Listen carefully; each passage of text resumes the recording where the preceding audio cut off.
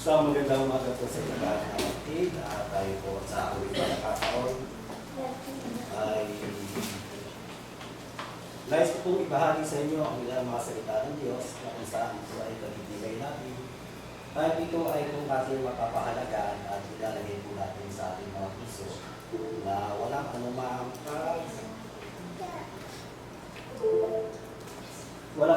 alinlangan. So, ating pong paksa sa araw po na ito ay may kinalaman po with Charles beyond words. Not forsaking the assembly o huwag natin pabayaan ang ating pagkakatipon. Batay po dun sa aklat ng Hebreo Kapitulo 2:25 na kung saan ang talatang ito ay lagi na pong ginagamit sa pangakakala po sa araw ng linggo o sa upang bigyang halaga o ipakita po sa atin ang kahalagahan ng pagtitipo sa araw ng sanlinggo. Subalit meron pong isang mahalagang bagay na hindi po natin bigyan ng pansin o sa aklat ng Hebreo 10:25 na huwag natin pabayaan ang ating pagkakatipon gaya ng ugali ng iba, hindi tayo mga galala sa isa't isa, lalo na't nakikita natin na malapit na ang araw. So, meron pong isang malaking conception po sa atin sa panahon po natin ngayon. At ito ay pinagtibay po noong panahon ng pandemic na kung saan na sinasabi po na ang iglesia po, na ang mga banal ay nagiging iglesia lamang kapag sila ay nasa dako ng pagtitipo. Na kung saan po, yung panahon po ng pandemic, marami pong mga dako ng tinatawag ng mga pagtitipo na ipinagbawal ng gobyerno, pati po ang mga pagsamba.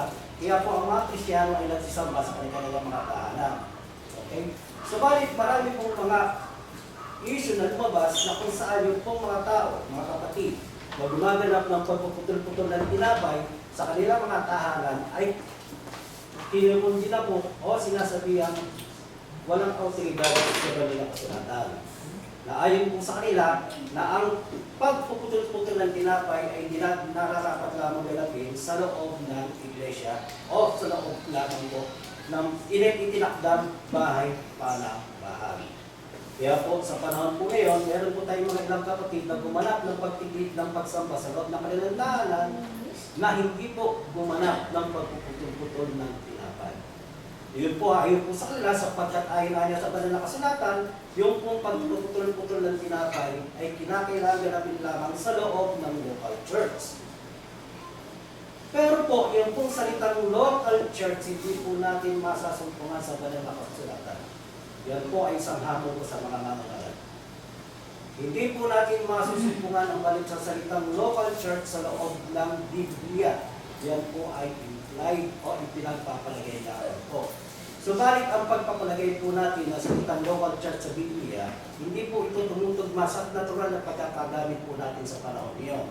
Yung po salitang local church, pansinin po natin ang halimbawa, yung salitin sa aking iglesia sa aklat ng Galacia, yung iglesia sa aklat ng Efeso, iglesia sa aklat sa tinatawag na dako ng Judea, yung pa niya ay mga local church. Ito po, yun ay mga local church. But they are province.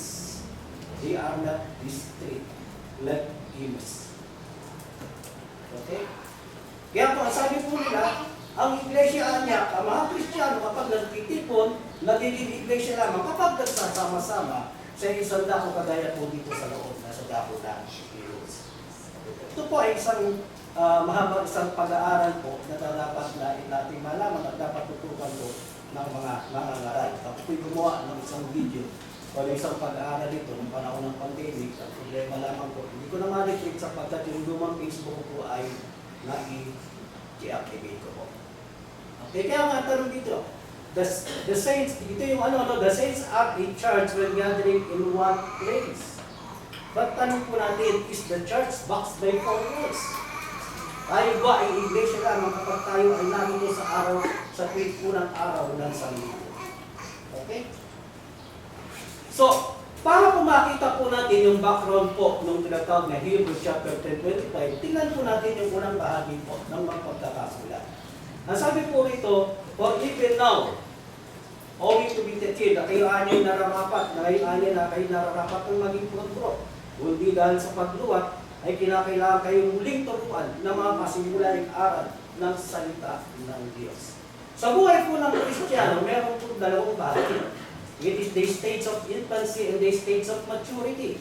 Sa stage po ng mature ng infancy, tinuturuan po tayo ng mga basic principles ng turo at aral ng Diyos. Bautismo, pagsigay, kagaya po ng ginagawa ng kapatid ni Jesus. Yan po ay isang bahagi po ng tinatawag na pasimulaing aral ng ating Panginoon Kristo. At meron po dito, pagtas nito ay ang isang Kristiyano ay tinuturuan para po siya ay ma-develop, ma-enhance po siya, para sa darating po ng panahon siya ay magamit bilang isang mga karal. Hindi po mga ngaral dito sa pulpito, kundi tayo may kakayanang magturo sa ating pong kapwa. No? At alalahanin po natin ang paglago ng unang iglesia sa panahon ng mga apostol ay sinagawa po ng mga miyembro. Ang pagkakaiba lamang po ng panahon niya at panahon natin po niyon. Nung panahon po nila, there is no barrier, there is no language barrier na pinag-aralan po natin, there is no social barrier, there is no cultural barrier, there is no political barrier, there is no geographical barrier. Unlike po sa panahon po natin ngayon. Okay? So, ito po ay trabaho po ng sa teacher. No? Trabaho ng mga ngaral na kung saan ang bawat kaanib ay kanyang i-develop para po ma-enhance yung kanyang kaalaman at sa darating na panahon siya ay magamit at may kakayanang makapagturo ng salita ng Diyos.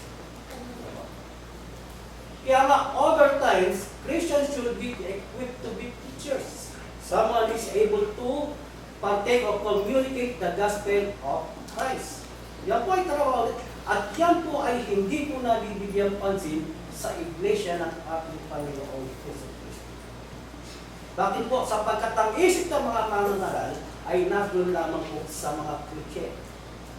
Na sa tingin ko na para bagang ang mga preacher lamang po ay may kakayanang magpuro ng banal na kasulatan. Hindi po.